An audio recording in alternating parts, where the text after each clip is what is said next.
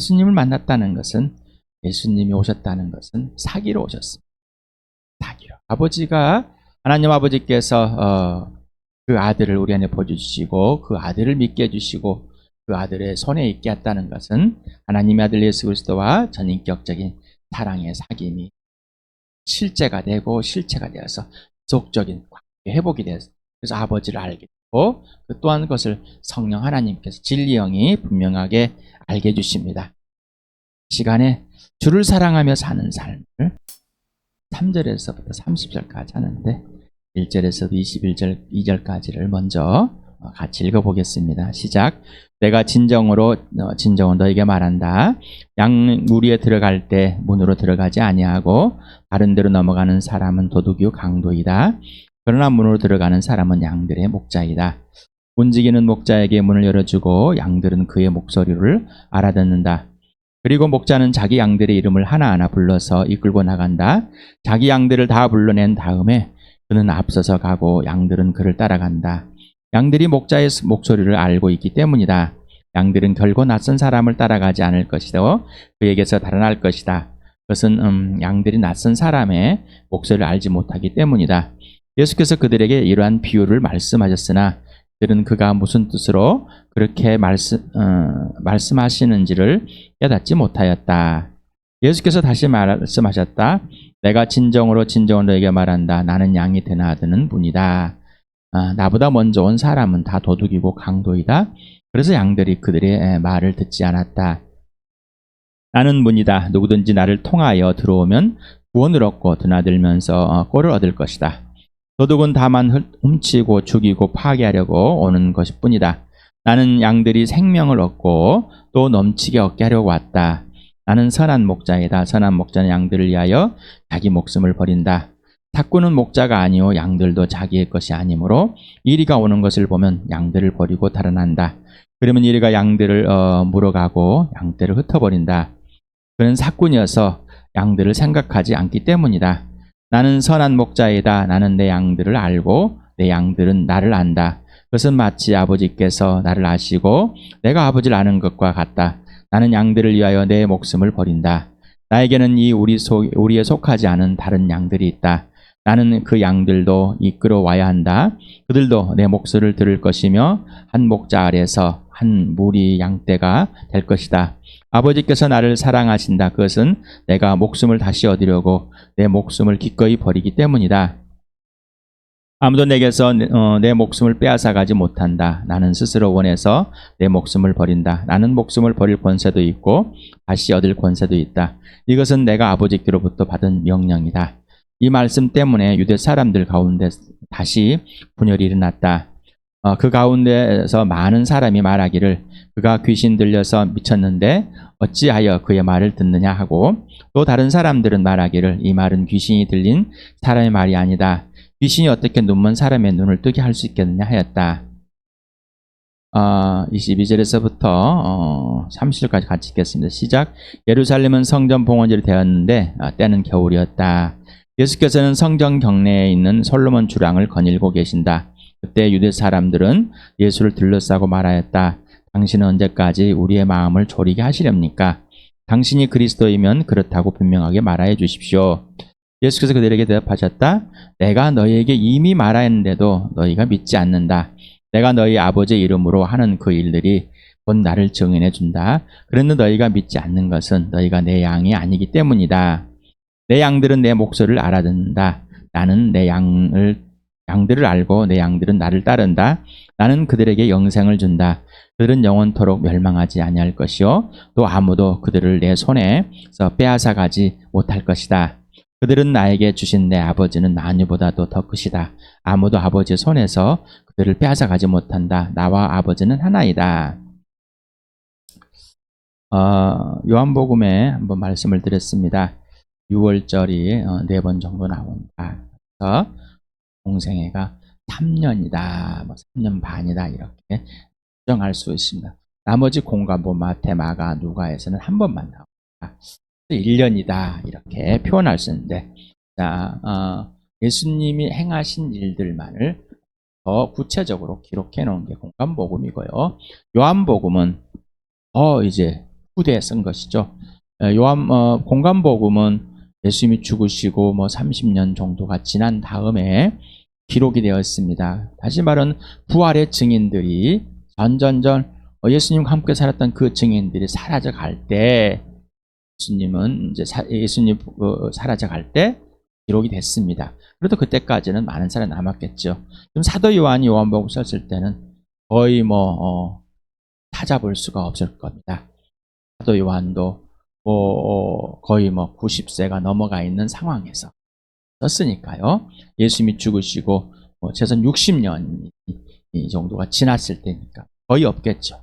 그래서 이제 표현들을 보면은 영지주의가 들어와서 계속 예수님의 인격을, 예수님의 하나님의 아들 되심을, 또 부활과 십자가 죽으심과 부활을 계속 부인하려고 하는, 사그러져가는, 증인들이 사라져가는 그런 상황 속에서 사도 요한은 이렇게 구체적으로 하나님의 아들 되심과 또 하나님의 존재와 하나님 아버지와 아들의 관계와 진행 성령이 살아 계시고 그 약속을 계속해서 이루어가시는 하나님, 그리고 인격 대 인격, 사랑의 인격, 생명의 인격이라는 것을 분명하게 구체적으로 알려주고 싶어서 성령께서 사도 요한을 통해서 알려준 것 같습니다.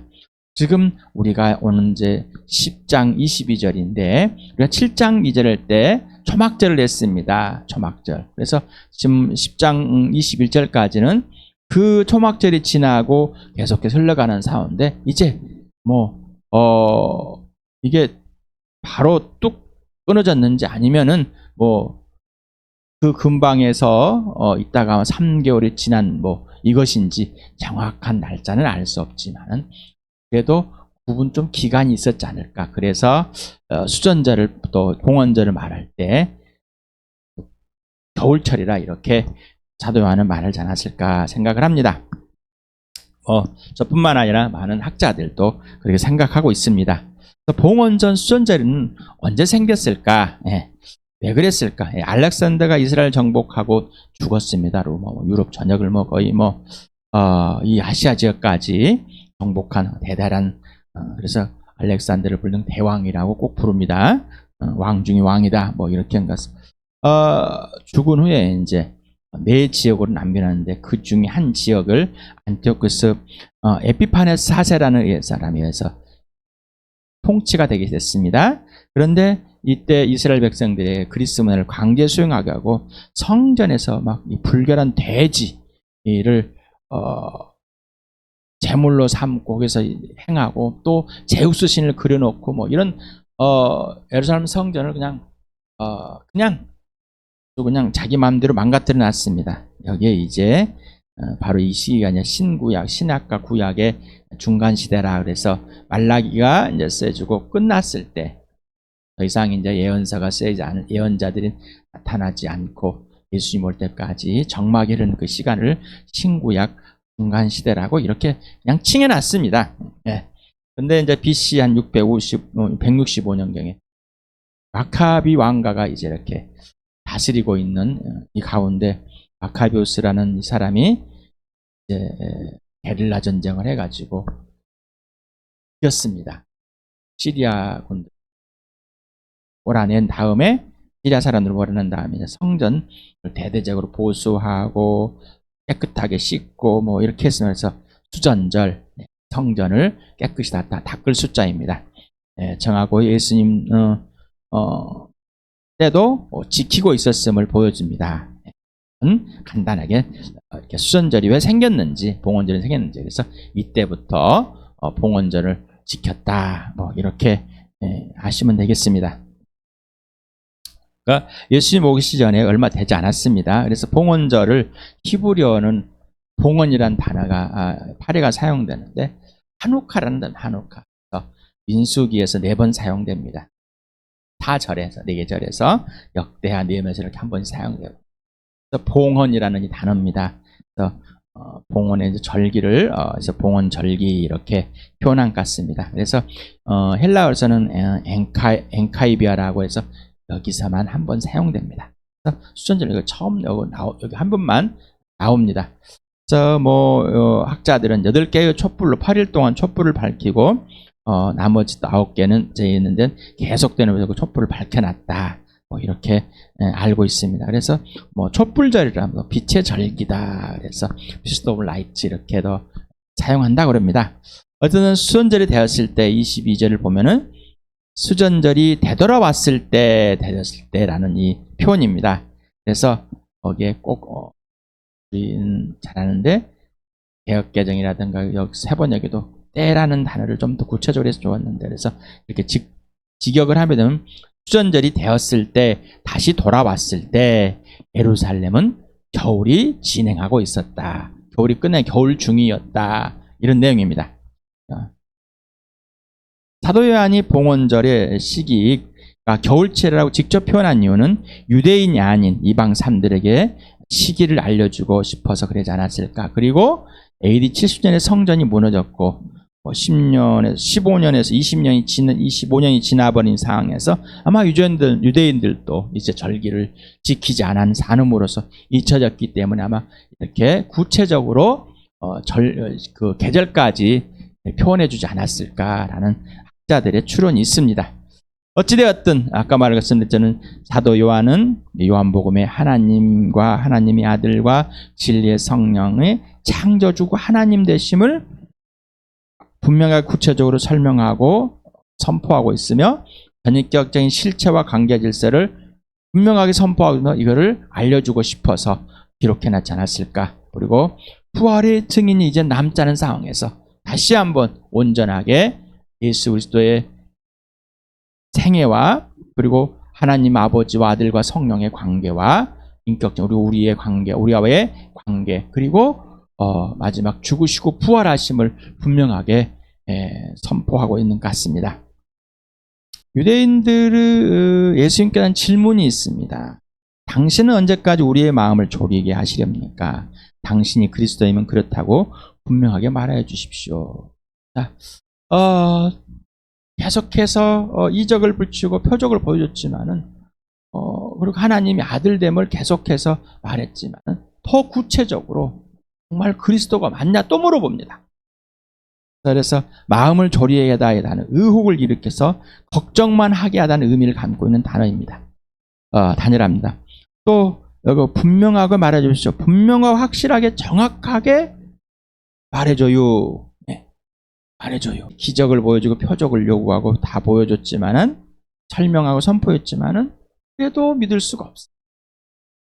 믿을 수가 없어. 참 이상하죠. 나와 여러분도 그렇지 않습니까? 예수님을 주님으로 믿고 나서도 마찬가지. 믿기 전에는 정말 믿을 수가 없습니다. 이해가 안 됩니다. 그런데 기적이 일어났습니다. 아버지께서 나를 택하시고 그 아들을 보여주시고 성령이 그 아들을 보고 믿게 해주셔서 하나님 나라를 보고 들어가게 해주셨습니다. 기적입니다. 자기 가치관에 예수님을 집어넣었더니 의구심만 더 생깁니다. 자기가 알고 있는 이 유대인들, 자기가 알고 있는 성경, 자기가 알고 있는 613개의 조문들, 거기에다가 자기 관습에 집어넣는 겁니다. 예수님은. 도저히 이해가 안 됩니다. 의구심이라는 단어를 찾아봤더니 믿지 못하고 두려워하는 마음이다. 믿을 수가 없으니까 두려워하는 마음만 생기는 거예요. 불안해지는 겁니다. 여러분 어떻습니까? 예수님을 신뢰하지 못하고 사랑하지 못하고 순종하지 못하니까 기뻐지고 막 행복해졌습니까? 아니면 불안해졌습니까? 예수님께 순종하지 않으면 사랑하지 않고 신뢰하지 못하니까 오히려 불안해집니다. 요한복음 8장에서는 봅니다. 네가 아브라함의 자손이냐? 그럼 내 말을 들으는데 아브라함은 하나님께 순종했다. 근데 너희들은 그러지 않는다. 그래 너희는 아브라함의 자손이 아니라 누구 자식이라고? 마귀의 자식이다. 그러니 하나님께 속한 자는 하나님 말을 듣는데 너희는 지금 내 말도 듣지 않고 하나님 말을 듣지 않는다. 네가 진짜로 하나님의 자녀라면 아브라함의 자손이라면은 네가 나를 믿는다면은 너는 내 말 안에 있을 것이고 그리고 내가 알려준 그대로 너는 따라 살 것이고 그렇게 가치관, 모든 습관, 모든 행동이 다 그렇게 될 것이다. 또 뭐 하나님을 아는 지식이 그렇게 될 것이다. 그러면은 진짜로 참 자유를 알게 된다. 왜? 참제자만이 예수를 알게 된다. 자, 여러분 마귀 자식에서 하나님 자녀로 확 옮겨졌습니다. 완전히 단번에 바뀌었습니다. 서서히 바뀌는 건 없어요. 서서히 바뀌는 건 없습니다. 확 바뀌는 겁니다. 사람들은 겁니다. 잉태를 했다가 애가 태어난 것처럼 그러지 마실 바랍니다. 예수를 믿는 것은 생각들이 와서 같이 흔들릴 수 있지만 잉태하고는 다른 겁니다. 잉태는 뭐예요? 이 사람입니다. 예수님이 양인가 아닌가? 예수님이 양인가 아닌가? 여기서도 구체적으로 예수님은 말씀하십니다. 하나님께 속한 사람은 하나님의 말을 듣는다. 곧 예수 그리스도의 말을 듣고 따르고 행한다. 그래서 아버지와 아들의 관계와 질서와 동일하다라고 이렇게 말합니다. 예수님과 양의 관계와 질서는 뭘까? 예수님의 양은 예수님의 목소리를 알고 경청한다. 자, 양들을 부르면 바로 반응한다. 그리고 그 관계의 질서의 주도권은 예수입니다. 누가 먼저 부른다고요? 예수님은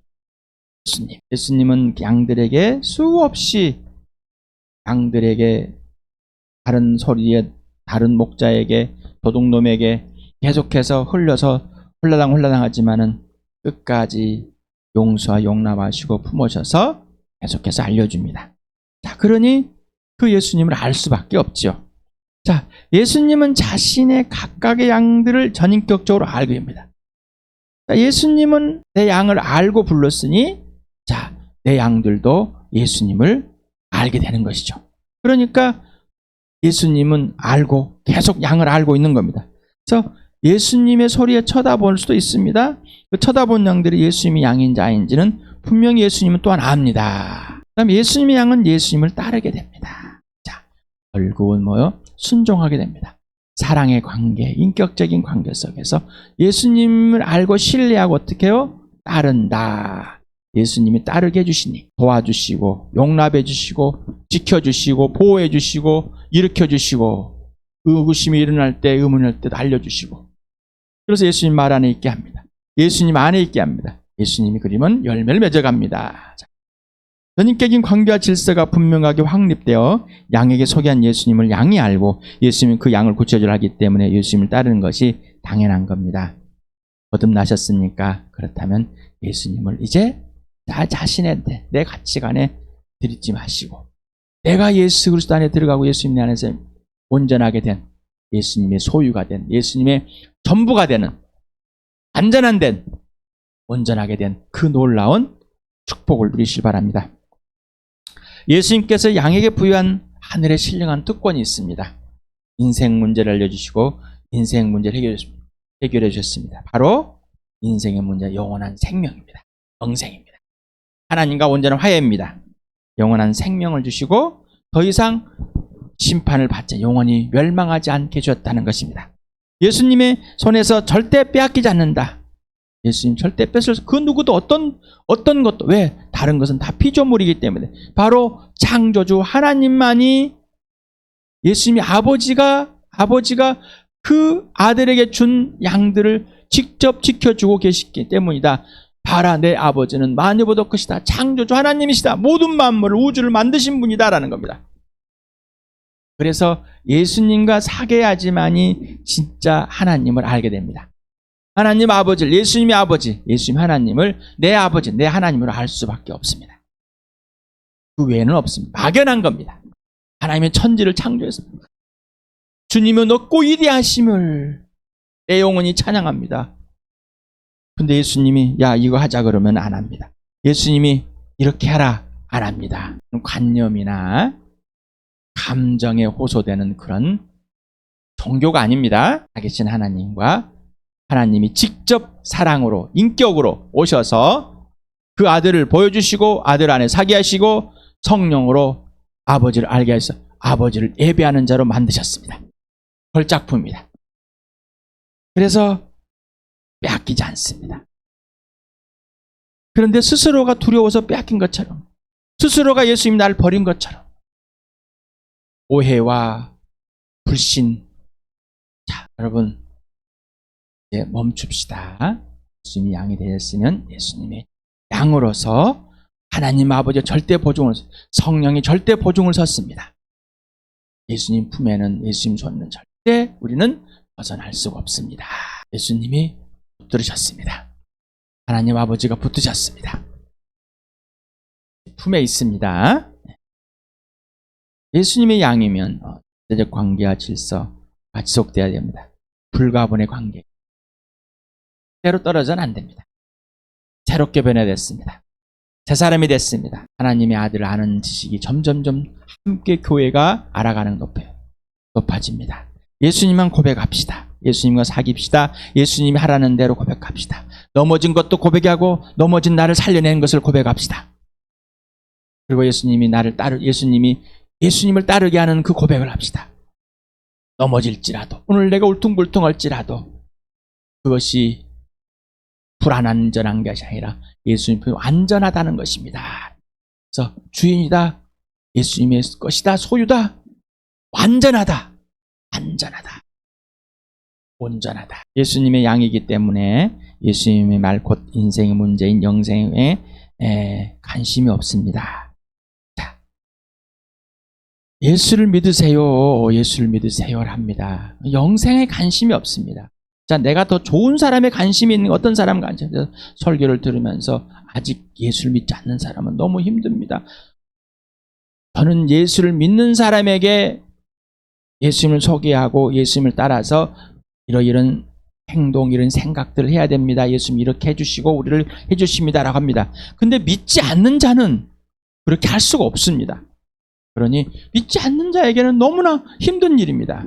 그러나 믿는 자에게는 예수님이 해주는 너무나 쉬운 일이 되어버렸습니다. 아직도 자기 생각에, 자기 가치관에 벌벌 떨고 있습니다. 사람 앞에 벌벌, 부모 앞에 벌벌 떨고 있습니다. 자식 앞에 벌벌 떨고 있습니다. 자기 자신에게 벌벌 떨고 있습니다. 시간에 그런 것에 멈추시고, 여러분 예수님 양이 아니십니까? 지금 이 목소리를 한번 이거를 들어보시기 바랍니다. 예수님이 죽으시고 부활하심으로 내가 찾다, 하나님 나라에 가까이 왔다, 회개하여라, 복음을 믿어라. 이 예수님의 음성을 여러분에게 들려줍니다. 회개하고 돌아와서 예수님에 굴복하는 그런 역사가 일어나길 축복합니다. 요한복음 10장 25절에서 30절 다시 한번 읽어보겠습니다. 시작. 예수께서 그들에게 대답하셨다. 내가 너희에게 이미 말하였는데도 너희가 믿지 않는다. 내가 내 아버지 이름으로 하는 그 일들이 곧 나를 증언해 준다. 그런데 너희가 믿지 않는 것은 너희가 내 양이 아니기 때문이다. 내 양들은 내 목소리를 알아듣는다. 나는 내 양을 알고 내 양들은 나를 따른다. 나는 그들에게 영생을 준다. 그들은 영원토록 멸망하지 아니할 것이요 또 아무도 그들을 내 손에 뺏어가지 못할 것이다.